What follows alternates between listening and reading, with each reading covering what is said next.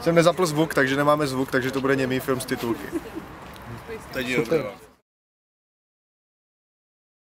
Pane, kolik vám to žere? Moc! Ty jsi si našel nějakýho hluchoslepýho na interview, vole teda. Ale víc je blbej. Kde to jsme? Nevím. Udělej rozhovor tady s nějakou slečnou, vole, ať si to na tom YouTube aspoň někdo prohlídne. Chtěla udělat pořádnou korozi. Největší hvězda právě přijíždí, podívejte se na něho, největší hvězda přijela, ty to nechci.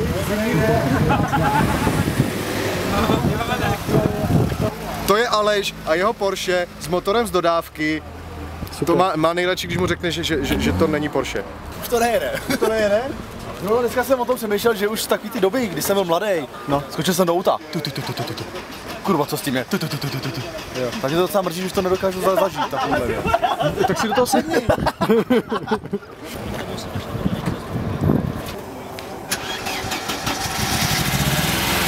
Pěkně to smrdí. Jo? Moc hezky, no. Po naftě. Ale jako to Porsche bych si nechal líbit, kdyby bylo ve slušném stavu za pár korun. Tě můžeš mi říct, čím jsi to přijel? On mě dovez, tam tím. Super lečera! Protože více k Fiat, Ti tu neří všechno tady. Jo, co Dětné úplně. furt tady bordel. No, růžový auta a tak, ne. Hrozný. To je ten, jak jsem říkal, že se tváří jako MLM, to není. Ty máš dost bavoráků? Bavoráku? No. Já nemám ani jeden. Co to je? Já nevím, to by mělo být 635 CSI.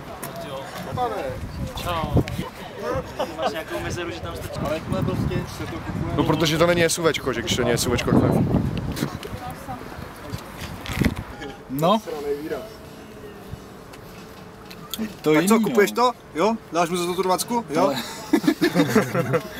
Co tomu chybí? Spousta jako drobností, ale fakt jako hromady. Řekněme si to upřímně, Dané, seš do toho tlustej.